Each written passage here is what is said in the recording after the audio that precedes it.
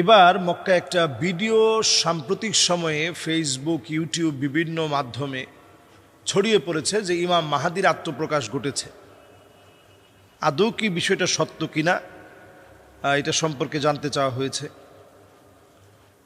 তো আমরা যে ভিডিওটা দেখেছি, খুবই লম্বা চোরা একজন ব্যক্তি, লাল একটা রুমাল পরা আছে, দেখতে শুনতে খুব সুন্দর।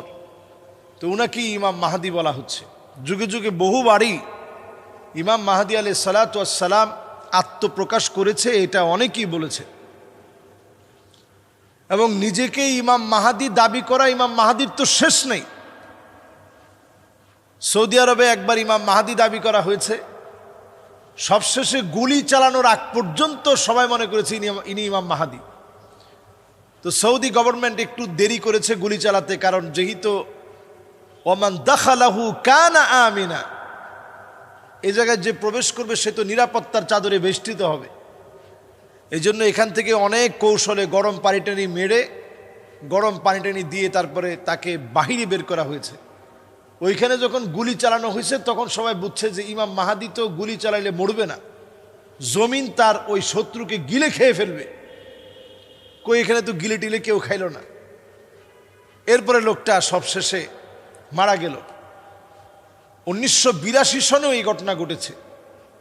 নতুন করে এই বছরে এই ভিডিওটি ফেসবুকে রিলস আকারে অনেক ছড়িয়ে পড়েছে যে এবার নাকি ইমাম মাহাদির আত্মপ্রকাশ ঘটেছে। এটা নেহায়েত ডাহা একটা ভুল কথা।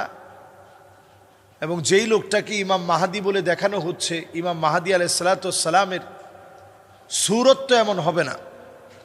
ইমাম মাহাদির চেহারা হবে, কপালটা থাকবে বড় কপালওয়ালা, আজলাল জাবিহা, হাদিসের মধ্যে আসছে বড় কপালওয়ালা হবেন।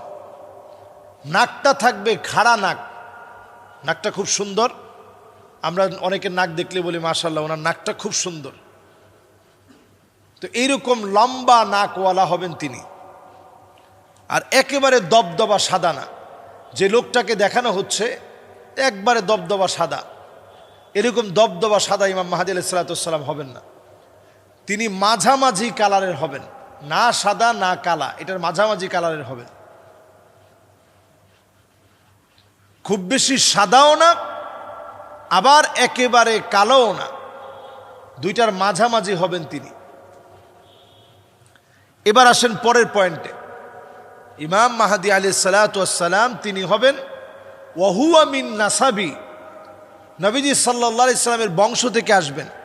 যেই লোককে দেখানো হয়েছে তিনি নবীজির বংশধর কেউ না। নবীজি সাল্লাল্লাহু আলাইহি সাল্লাম বলছেন আমার বংশ থেকে আসবে। আহলে সুন্নাহ ওয়াল জামাতের মতামত হচ্ছে তিনি নবী সাল্লাল্লাহু আলাইহি ওয়াসাল্লামের বংশ থেকে হাসান রাদিয়াল্লাহু তাআলা আনহুর বংশ থেকে আসবেন।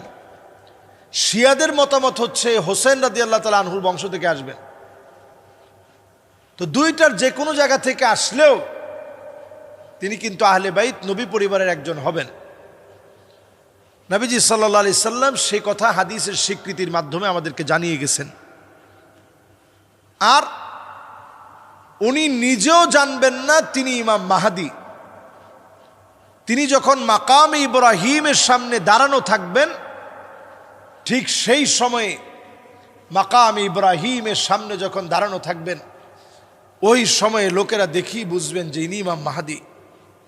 লোকেরা বলবেন যে আজকের এই মাজলুম জনপদে জনপদে মার খাওয়া মুসলমানদের সাহায্যের জন্য আপনার কাছে বায়াত নিতে চাই। যদি বায়াত না দেন আপনার গর্দানে আঘাত করব, তারপরেও বায়াত না নিয়ে আমরা এক চুল যাব না। ইমাম মাহাদি আলাইহিস সালাতু ওয়াস সালাম বায়াত দিবেন। ইউসলিহুল্লাহু লাহু লাইলাতান ওয়াহিদা, এক রাত্রির ভিতরে আল্লাহ তাআলা গোটা দুনিয়ার ভিতরে একটা পরিবর্তন দিয়ে দিবেন। আপনারা বলতে পারেন এটা কিভাবে সম্ভব? আজকের আফগানিস্তান দেখলে আমাদের কাছে বোঝা যায় যে আফগানিস্তান কতটা দুর্বিষহ সময় পার করেছে। আল্লাহ তাআলা আজকে কোথায় তাদেরকে উঠিয়ে দিয়েছেন, তাদের মুদ্রার অবস্থান কোথায়, তাদের এক একটা পানীয়, বিভিন্ন কোলা যখন তারা বাজারে ছেড়েছে, পামির কোলা সহ প্রত্যেকটা প্রোডাক্ট সারা দুনিয়াতে এখন চাহিদা বেড়ে গেছে। তো আল্লাহ রাব্বুল আলামিন আফগানিস্তানকে ঠিক কোথায় ছিল, কোন জায়গায় আল্লাহ রাব্বুল আলামিন নিয়ে গিয়েছেন, এগুলো সব হচ্ছে আল্লাহ রাব্বুল আলামিনের ফয়সালা, এগুলো সব হচ্ছে মাওলায়ে করিমের ফয়সালা। আল্লাহ রাব্বুল আলামিন চাইলেই এই সমস্ত সমাধান আল্লাহ তাআলা দিতে পারেন। যখন যাকে মনে চায় তাকে দিয়ে আল্লাহ তাআলা শক্তিশালী করতে পারেন। ইমাম মাহদী আলাইহিস সালাতু ওয়াস সালামকে দিয়ে আল্লাহ তাআলা মুসলিম বিশ্বের ইতিহাসকে আল্লাহ তাআলা পাল্টে দিবেন। মাজলুম মুসলমানদেরকে ঐক্যবদ্ধ করে আল্লাহ তাআলা নেতৃত্বের জায়গায় মুসলমানদেরকে বসাবেন। এক রাত্রির ভিতরে আল্লাহ তাআলা একটা পরিবর্তন দিবেন।